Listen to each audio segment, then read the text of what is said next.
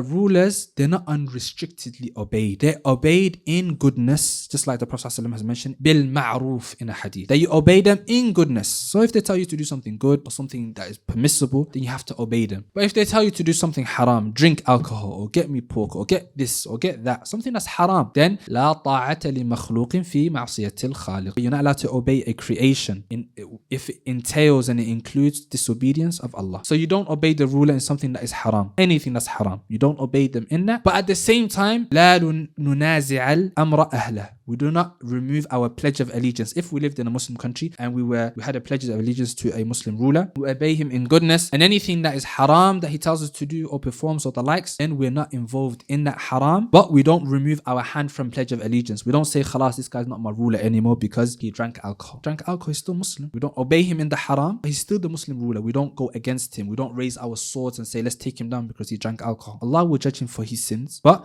لا ننازع الأمر أهله.